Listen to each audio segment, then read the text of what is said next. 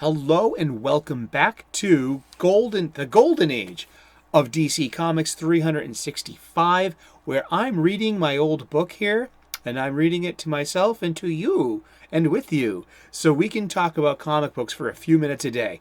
This is a great book. It's a coffee table book given to me by one of my best friends. It's been on my coffee table for the better part of 2 decades. What goes better with coffee tables and coffee table talk than some really good coffee? And so I'm doing what this book intended, a page a day. So let's open up to today. What's today? It's February 12th. It is February 12th on the Greco-Roman calendar, the calendar of Pope Gregory the 13th here. Oh yeah, RTFM. You know, like a good comic book, you got to be looking up stuff if you're gonna, tune in. But it's February 12th, and we have art by Craig Flessel from the cover of Detective Comics number 15, May 1938. So this image predates Batman by a couple of months, literally 7 issues, which is half of a year. So February 12th, and here's the image. Once again, you notice the spine. So it's been taken off of its usual staple and put onto a bound spiral. But also you can see the ads on the back there too. Remember, this was the ancient internet. This was eBay. This was Amazon Prime. You had these listings as advertisements on the back of on pages of these comic books. And that's how the magazine made their money, by selling ad space. And then you can see up here, it's 10 cents an issue, and so back then that was about $2. So let's read the blurb here. We have let's look at it just again. You know what I mean? What do we got? Let's see what we have. We see a well-dressed individual with some pearls in his hand, and there's a reflection in the mirror of 2 policemen coming in. One of them has their pistol drawn. They both have expressions on their faces. They all 3 have expressions on their faces. How would you define the expressions on their faces? Those are emotional states. We call them microaggressions too, but honestly, they can be just the expression on your face, which conveys your emotion in your moment. And for art to be able to convey these moments of time to tell story.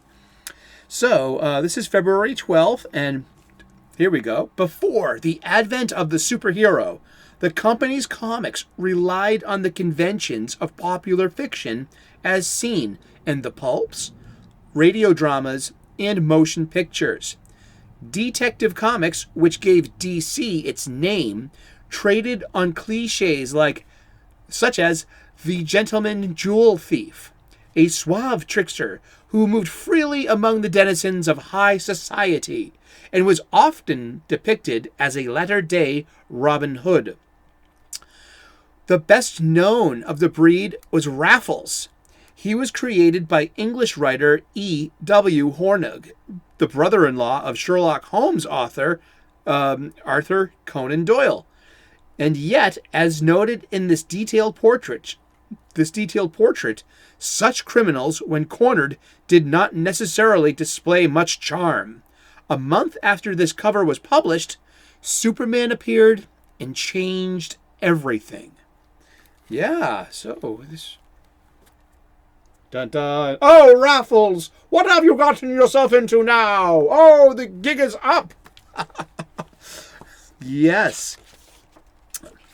Awesome. Well, thank you so very much for tuning in today for the Golden Age DC Comics 365 days. We're going to talk about comic books every day for the rest of the year. So you tune in tomorrow at 3 p.m. Eastern and see what's going on. Then, I love talking about comic books.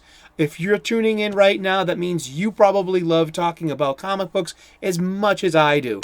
I am a big fan of all of these stories and of publications, of magazines, of formatting, of font, of leading, of kerning, of where to put your photos. What has more dynamism as your eye travels from left to right, or in Japan from right to left.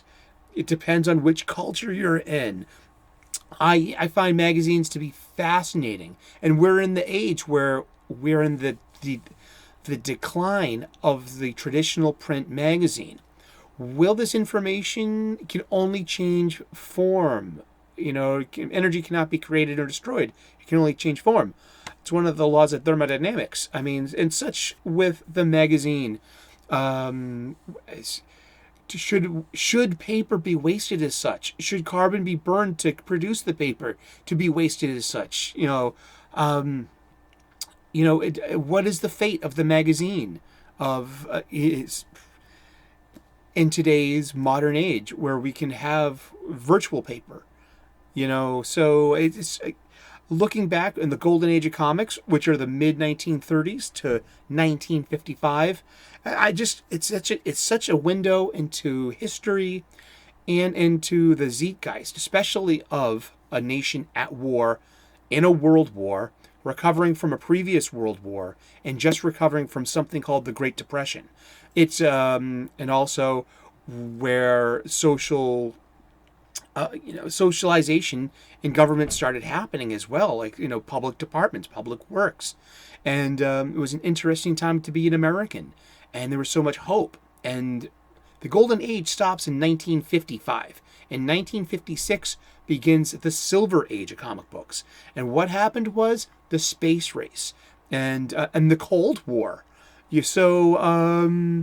These ages of comic books grow as history does, and it's been a nice excuse to look back into the past and get ready for the future, huh? Thank you so much for tuning in today. Give me a thumbs up if you like this kind of material. Give me a thumbs down if you didn't. I'm a big lad. I can handle it. Let's continue this conversation. Leave a question in the comments. I'll read it live on air, or leave a comment, and we can start talking about stuff.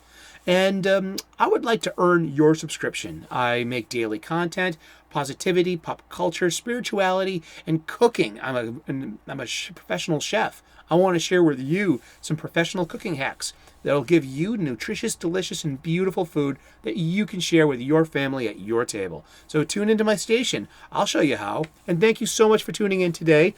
We're going to talk about comic books for the rest of the year. So you know what to do. Tune in at 3 p.m. Eastern tomorrow and let the conversation continue. Thank you so very much. Cheers.